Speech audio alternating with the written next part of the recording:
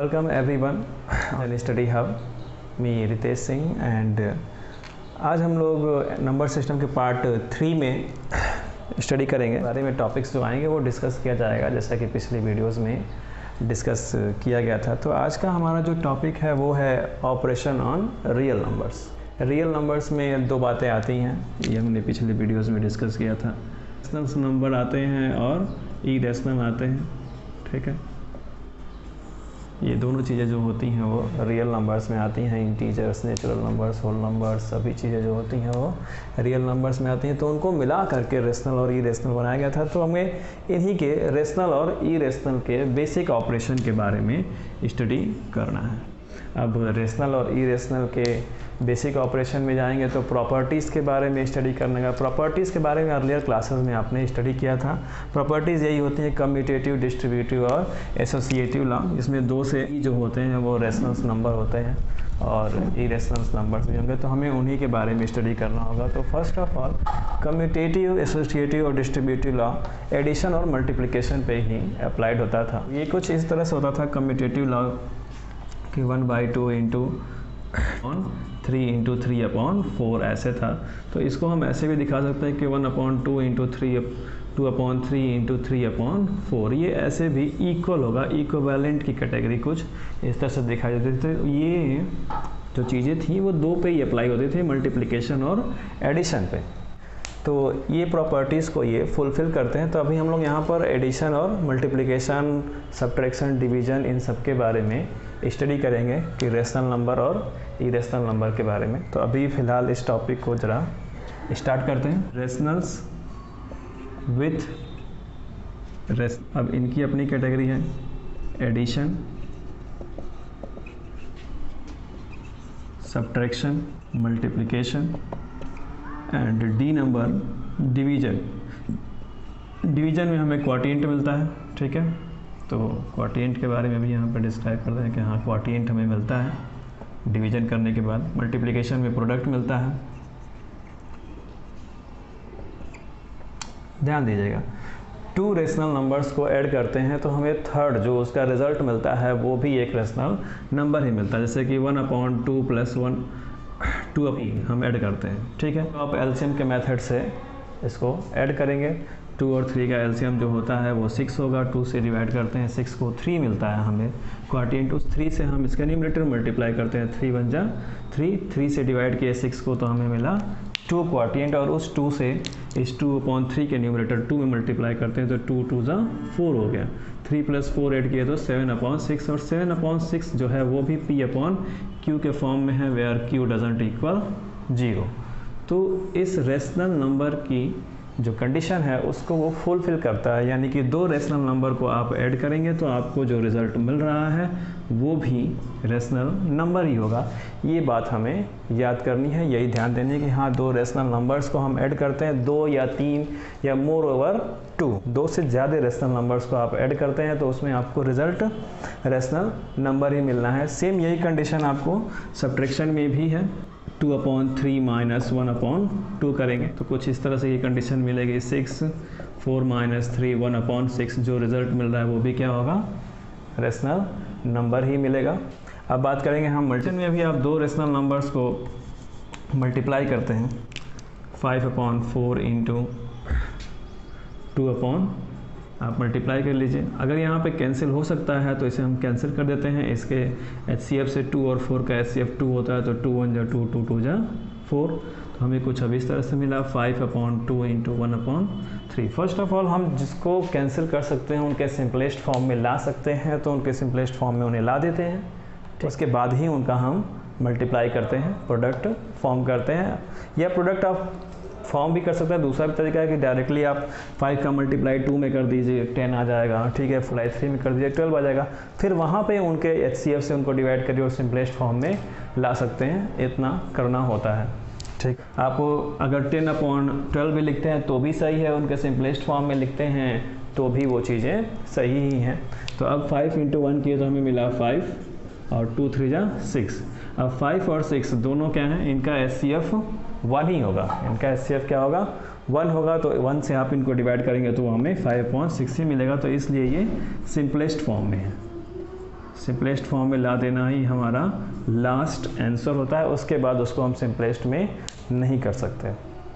तो अब ये यहाँ पे रिजल्ट मिलता है कि मल्टीप्लिकेशन में भी आप 2 रेशनल नंबर्स या 3 rational number more than 2 rational numbers आप उनका मल्टीप्लाई करते हैं तो आपको जो प्रोडक्ट मिलने वाला है वो भी एक रेशनल नंबर ही होने वाला है, ठीक है। और फिर डिवीज़न की बात, डिवीज़न में भी सेम ऐसे ही होता है, ठीक है, ऑन 6, ठीक है, एक रेशनल नंबर है, इसको आप डिवाइड करेंगे तो जो क्वोटिएंट मिलने वाला है, जो क्वोटिएंट मिलने वाला है वो भी एक रेशनल नंबर ही मिलेगा। वैसे तो यहाँ पे ऑटोमेटिकली आप डिवाइड करते हैं, कॉमनली जो भी बातें होती हैं कि 6 से 12 को डिवाइड कर दो क्योंकि इसके टेबल में आता है, लेकिन वो डिवीज़न का परफेक्ट फार्मूला नहीं है।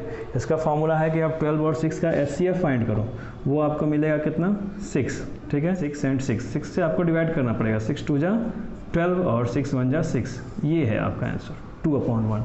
और ये है आपका सबसे सिंपलेस्ट फॉर्म, आपको डायरेक्टली सिंपलेस्ट फॉर्म में उसका आंसर मिल जाना है। तो अब यहाँ पे भी कंक्लूजन मिल गया कि हाँ, डिवीज़न के बाद जो क्वोटिएंट मिलता है 2 रेशनल नंबर्स का हम डिवीज़न करते हैं, ठीक है, तो हमें जो मिला वो भी क्या होगा, क्वोटिएंट होगा, ठीक है। या अगर इसको आप दूसरे फॉर्म में भी देखेंगे तो हाँ जी, 12/6 इंटू 3/4, 2 रेशनल नंबर से एक बार फिर से ले लिए दूसरा एग्जांपल्स। ये तो एक ही रेशनल नंबर था, उसी को मैं सिंपलेस्ट फॉर्म में ला रहा था। अब यहाँ पर आप इसका एग्जांपल देखिए, 12/6 है तो 4 और 12, ठीक है, 12 चूँकि न्यूमरेटर से डिनोमिनेटर को डिवाइड करते हैं, डिनोमिनेटर से न्यूमरेटर को, यानी अप एंड डाउन का ही डिवीजन होता है, तो 4 और 12 का HCF 4 होगा, 4 1 जा 4 एंड 4 3 जा 12, और 3 और 6 का HCF 3 होना है, आप फाइंड कर लेना, ठीक है। तो 3 3 2 जा 6, तो अब ये कुछ इस तरह से हो गया, 3/2 इंटू 1/1, तो हमें आंसर मिल रहा है 3/2, और 3/2 ही सिंपलेस्ट फॉर्म है, यानी कि रेशनल नंबर्स का मल्टीप्लिकेशन किया गया तो हमें जो आंसर मिल रहा है वो भी क्या है, 3/2 है।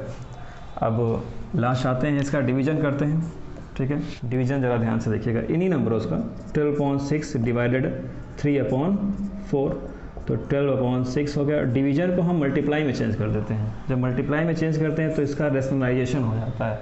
रेशनलाइजेशन यानी कि न्यूमरेटर डिनोमिनेटर में चेंज होता है, डिनोमिनेटर न्यूमरेटर में, तो ये हो गया 4/3। तो अब क्या आंसर आएगा, अब जो आपको मिलने वाला है वो मिलेगा आपका क्वोटिएंट।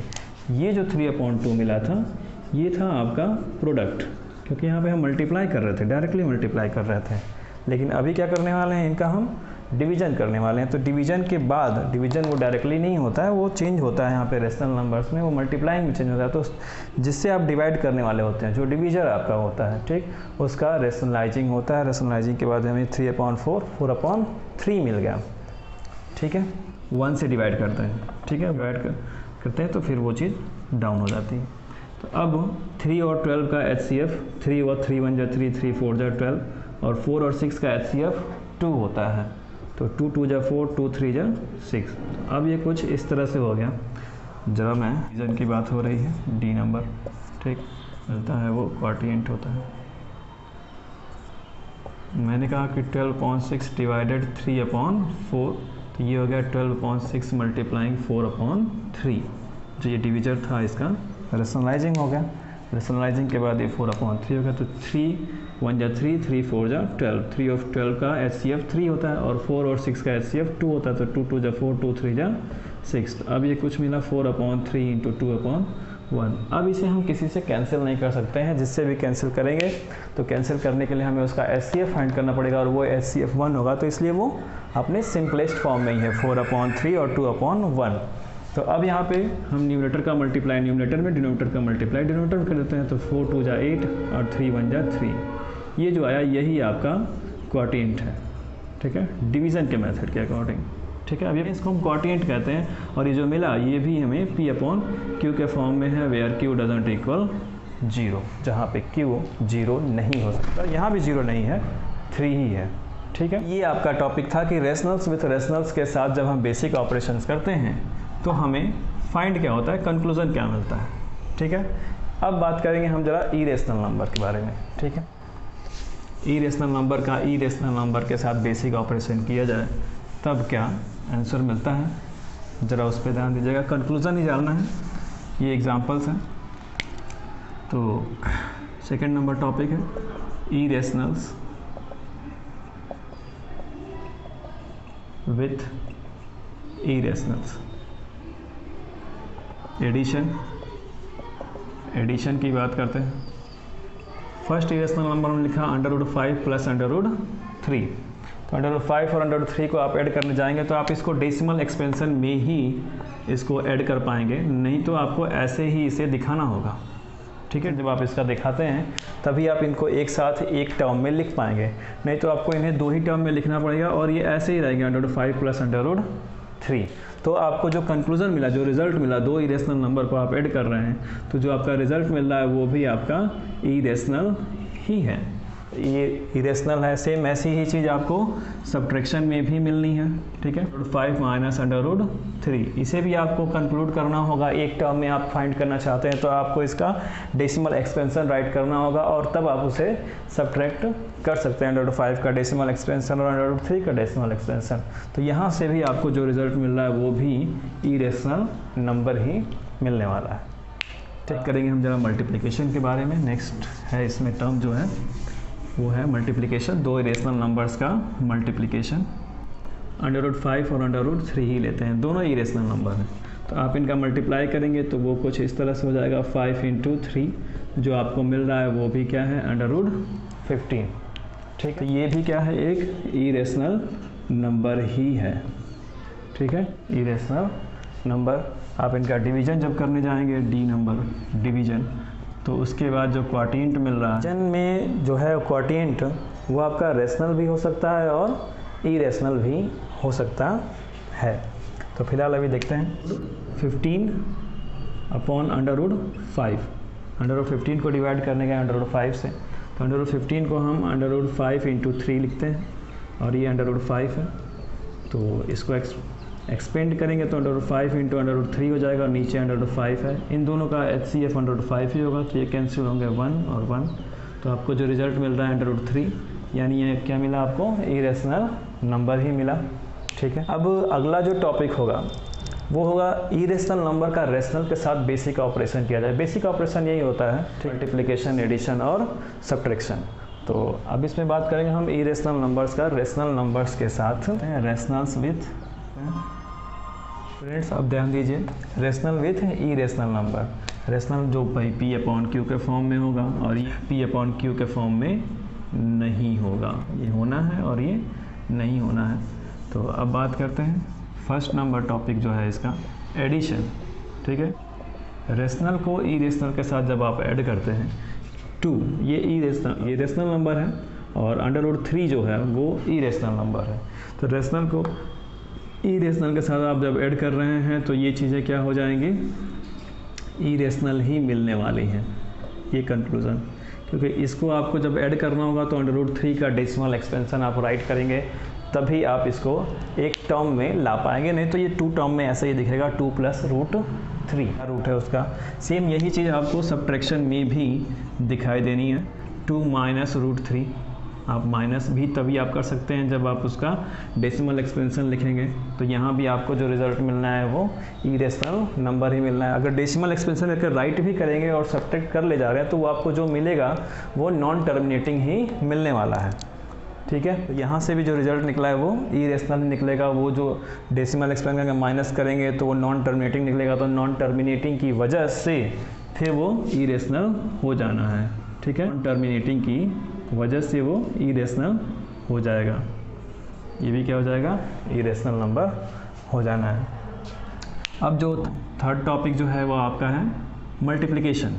मल्टीप्लिकेशन की बात करते हैं, 2 × √3 वही रखे मैंने, और एक इरेशनल। तो इनका आप मल्टीप्लाई करेंगे तो 2 × √3 को आप 2√3 में दिखाएंगे, जो कि एक इरेशनल नंबर ही है। अरे जब √3 जो है वो आपको उसका डेसिमल एक्सपेंशन जो है वो नॉन टर्मिनेटिंग में मिलेगा, तो उसे आप मल्टीप्लाई करेंगे तो आप वो भी क्या मिलने वाला है, इरेशनल नंबर ही मिलने वाला है। यहाँ से भी कंक्लूजन निकलता है कि उनका प्रोडक्ट क्या हो जाएगा, इरेशनल नंबर। ठीक है, 4 नंबर डिवीजन। डिवीजन करने जाएंगे तब आपको उनका क्या मिलता है, 2/√3। ठीक है। 2/√3 जब करने जाएंगे तो डिवीजन करने में हमें इसका रेशनलाइजिंग करना पड़ता है, ठीक है, क्योंकि एक इरेशनल नंबर को हम डिनोमिनेटर में नहीं रख सकते। तो इसका रेशनलाइजिंग जब करने जाते हैं तो वो एक अगला टॉपिक होगा, तो उसको मैं अगले लेक्चर में इंक्लूड करूँगा। फिलहाल यहाँ इतने बताते हैं कि अगर हम डेसिमल एक्सपेंशन इसका रखें √3 का, तो उस डेसिमल एक्सपेंशन से आप 2 को डिवाइड करेंगे तो यहाँ भी जो रिजल्ट मिलेगा वो इरेशनल नंबर ही मिलना है, ठीक है। √4 डिवाइड करेंगे तो क्योंकि जो क्वाटिएंट आएगा वो भी क्या होगा, एक इरेशनल नंबर ही मिलेगा। ये डेसिमल में होगा तो डेसिमल में वो चलता ही चला जाएगा, जो भी होगा 1 पॉइंट वो डैश डैश डैश चलता ही चला जाएगा, जैसे उसका भी रिजल्ट इरेशनल नंबर ही आना है। इरेशनल उसका बेसिक ऑपरेशन।